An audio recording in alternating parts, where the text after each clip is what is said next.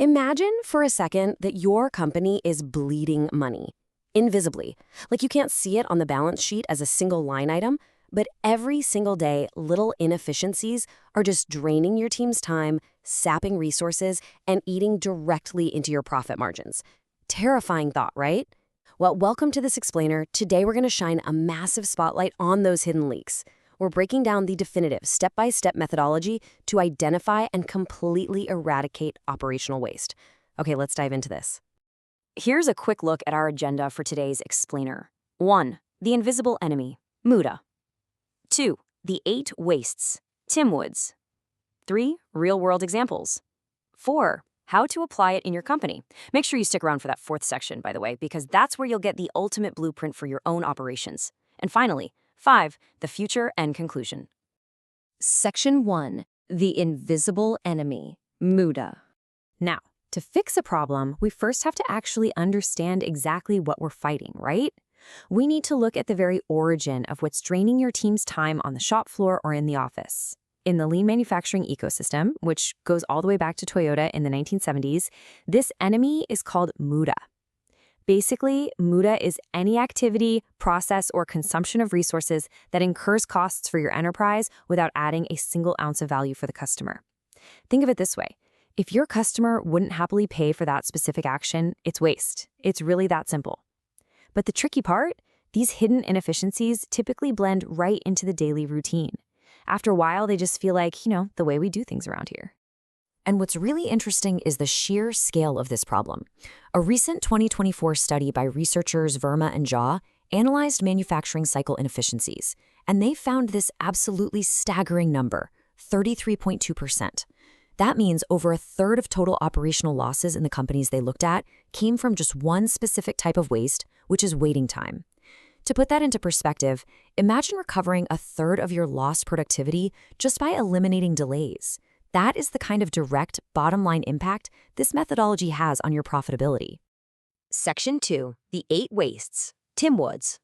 So how exactly do we find these leaks? Well, we use a diagnostic toolkit that essentially standardizes the chaos. Enter the TIMWOODS matrix. This is your master key. Let's run through these 8 wastes real quick. T is for transportation, which is moving materials around unnecessarily just because of a poor layout design. I is for inventory, meaning you're tying up your working capital in excess stock. M is for motion. This is unnecessary physical actions by your staff, like, having to walk long distances just to grab a tool, which obviously leads to fatigue. W is waiting, which we just saw is a massive productivity killer caused by bottlenecks. Then we have O for overproduction, and another O for overprocessing. Overprocessing is basically doing more work than the customer actually values, like putting an ultra-high precision finish on a part literally no one will ever see. D is for defects, and those destroy your profit margins through rework.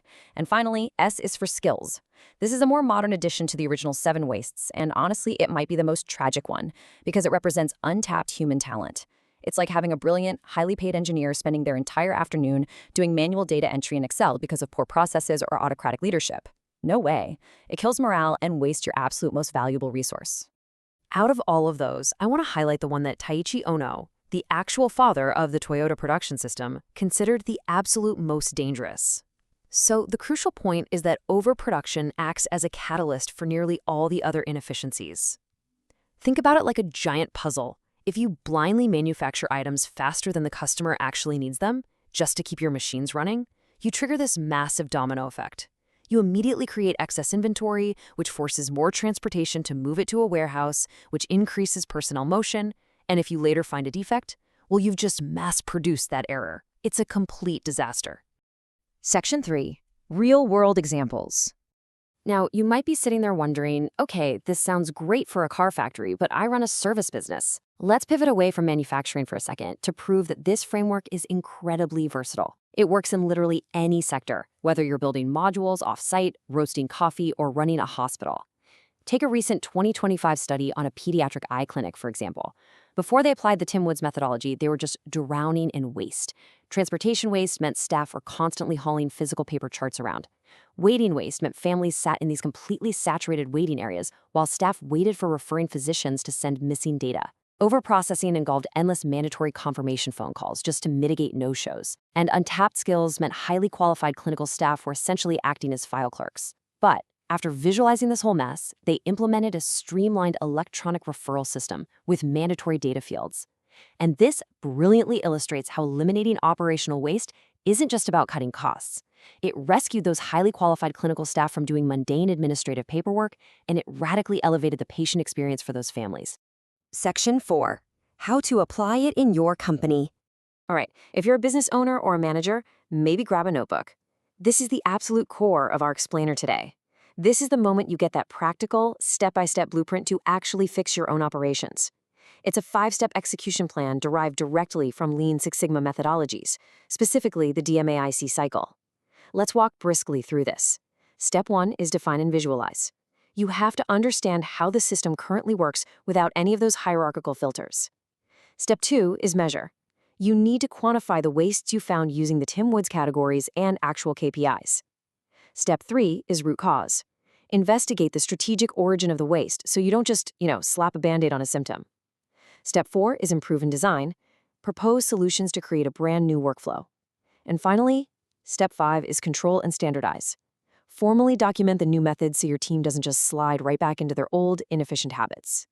Now, to actually execute those 5 steps, you're going to need the right tools. First, walk the Gemba. All this means is physically going to the place where the work happens and observing it firsthand.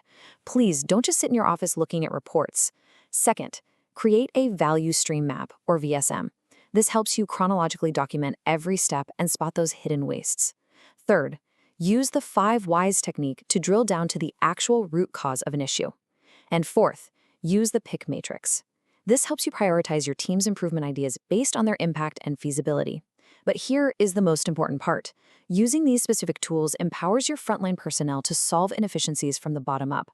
The research explicitly shows that relying on autocratic, top-down leadership is a huge barrier to this methodology. You have to let the people doing the work help fix the work. Section 5. The future and conclusion. Let's move to and see how this builds into the modern era. We've talked a lot about human-centric tools, but technology is changing the game entirely. Modern tech actually supercharges this old-school framework. We call this Industry 4.0 synergy. Things like the Internet of Things, or IoT, can automatically track physical assets, instantly mitigating unnecessary transportation and motion wastes. Artificial intelligence is now being used for demand forecasting, which directly prevents our worst enemy, overproduction, by analyzing projected demand in real time. And in construction, building information modeling, or BIM, prevents design waste before a single brick is even laid. But remember this absolutely critical warning from the research. While digitalization automates waste diagnosis, leaders have to ensure technology serves as a supporting tool. It must never, ever displace human judgment and the hard-earned expertise of your operational staff. I want to leave you with a provocative thought. Look at your own operations tomorrow with a fresh set of eyes. Look for the waiting times, the unnecessary motion, the overprocessing. Ask yourself and your frontline workers, what waste is holding back your team's potential today? If you found this step-by-step breakdown valuable, make sure you take action right now. Hit subscribe to the YouTube channel so you never miss another deep dive analysis like this guide. We are constantly delivering these structured blueprints to help you become a more focused, efficient, and profitable learner and leader. Thanks for joining me on this explainer, and I'll catch you in the next one.